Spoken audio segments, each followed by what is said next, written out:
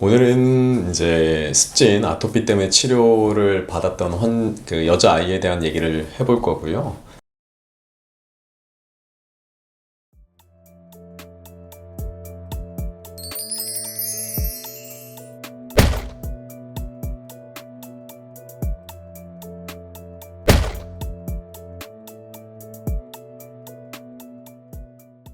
10살 여자아이였고, 이 좀 특이했던 점은 뭐냐면 이 아이가 인도에 살다가 한국에 들어왔어요, 1년 전에. 근데 그전에는 피부 증상이 없었는데 한국에 들어오고 나니까 갑자기 피부 증상이 확 심하게 생겼는데, 그게 어떤 식으로 생겼냐면은 눈 양쪽 주위가 이렇게 눈 팬더처럼 마치 이렇게 경계가 명확하게 생기면서 붉어지고 굉장히 가려움이 심해지는 이런 피부 증상을 이제 호소했고, 처음 들어와서는 한 6개월 정도는 이제 피부과를 다니면서 스테로이드 치료를 받았다고 합니다. 거기서 이제 습진이라고 얘기를 들었다고 했는데, 일단 경계가 명확하고 이제 이런 걸로 보아서는 이제 거의 습진, 뭐 건선 이런 비슷한 증상으로 이제 보였고요. 이제 스테로이드를 치료하다가 6개월 정도 치료했는데 증상의 변화가 크게 없어서 이제 스테로이드를 끊었고, 그 이후에는 그냥 연고를, 그러니까 먹는 약은 끊고 연고를 바르면서 그냥 지내다가 이게 계속 증상이 안 나아지니까 이걸 이제 한의원에서 치료를 한번 받아보자, 뭐 체질을 한번 개선해보자, 이제 이렇게 해서 내원을 하셨던 거죠. 제가 이제 피부를 치료할 때 몇 가지 주의사항, 이제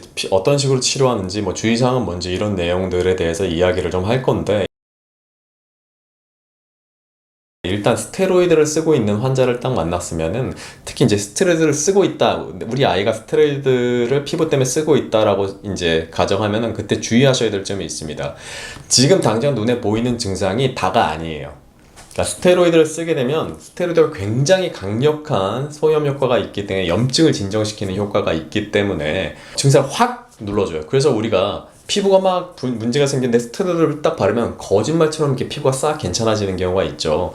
근데 그게 또 며칠 지나면 다시 올라오고, 이제 이게 반복이 돼요. 그렇기 때문에 스테로이드를 쓰고 있다 그러면 지금 증상은 빙산의 일각이다, 안에 더 많은 게 숨어 있다, 이런 것들을 생각하셔야 됩니다. 자, 그렇기 때문에 스테로이드를 끊을 때도 주의해야 돼요. 왜냐? 이게 좀 괜찮아졌네, 스테로이드 완전히 끊어버려도 되겠네 라고 생각해서 놔둬버리면 갑자기 스테로이드 리바운드 현상이라고 해서 억눌러 있던 증상이 팍 터지면서 증상이 확 심해져 버려요. 그렇기 때문에 뭐 이제 제가 피부 환자들 치료할 때는 이렇게 얘기합니다. 그래서 증상이 좋아지면 서서히 줄여나가야 된다. 예를 들면은 하루에 한 번 먹었거나 발랐던 스테로이드라면 이거를 뭐 이틀에 한 번, 3일에 한 번 증상을 보면서 이제 서서히 줄여나가야지, 그래야지 환자 본인한테 이제 힘든 게 훨씬 덜해요.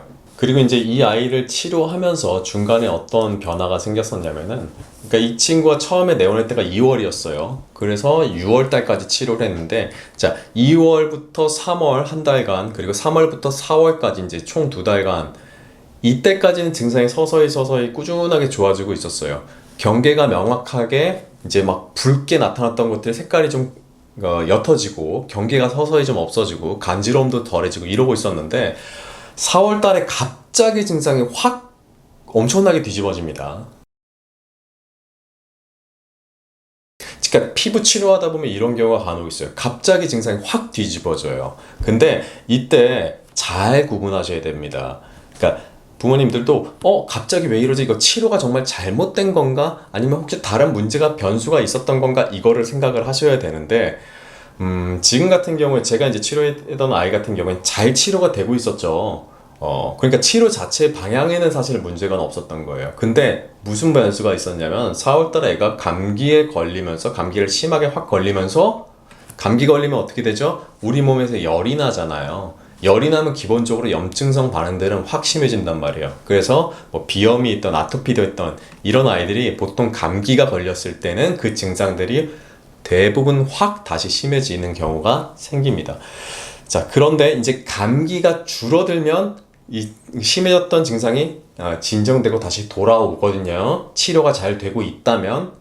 그래서 이제 이 아이도 봤을 때는 4월 달에 증상이 한번 확 뒤집어졌는데 감기 증상 때문이었고, 이제 감기가 조금 진정이 되니까 그 불편했던 심해졌던 증상들도 다시 완화가 되면서 다시 정상적으로 치료가 됐고, 그 다음에 이제 5월달 6월달 지나면서 이제 거의 증상이 좋아져서 치료를 마무리한 이런 경우인데 보통 이제 우리가 아토피나 습진 뭐 이런 피부 질환을 볼 때는 사실 이게 굉장히 본인한테는 힘든 질환이에요. 삶의 질을 굉장히 떨어뜨립니다.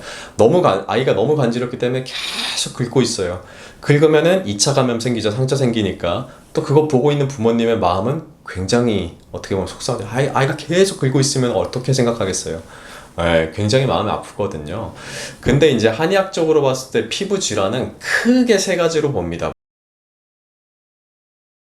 물론 이 세 가지가 전부는 아니에요. 근데 이제 제가 대략적인 갈래만 터서 말씀을 드리는 건데, 자, 첫 번째는 뭘 봐야 되냐면 열이 많은 경우에 보통 피부에 10중 8구는 열 때문에 생기는 경우가 많습니다. 그래서 열이 많기 때문에 피부가 그 열로 인해서 건조해지고 그러면서 간지러워지고 그러면서 긁으면서 상처가 생기고 이러면서 점점 심해져 가는 패턴이에요. 그래서 열이 있을 때 이제 일단 피부가 증상이 생기는 경우 첫 번째. 자, 두 번째는 체질적으로 혈액이 좀 부족하고 진액이 부족하고 건조한 아이들이 있습니다. 그러니까 이런 아이들은 체질적으로 건조하기 때문에 또 증상이 생겨요. 그리고 세 번째는 이 건조한 것과 반대로 우리가 기름진 피부 이렇게 얘기를 하죠. 그러니까 한방에서는 이 기름기를 습이라고도 얘기하는데 이 기름기, 습이 많은 경우에 이제 또 피부 증상이 생깁니다. 막 진물이 흐른다든지 수포가 발생한다든지 이런 증상들 있잖아요. 이런 것들은 좀 기름기가 많다, 습이 많다. 이럴 때 이제 이런 증상들이 생기는 겁니다. 그러니까 지금 치료했던 아이 같은 경우에는 두 번째에 해당했어요. 진액이 좀 부족하고 아이가 굉장히 건조한 체질이었거든요.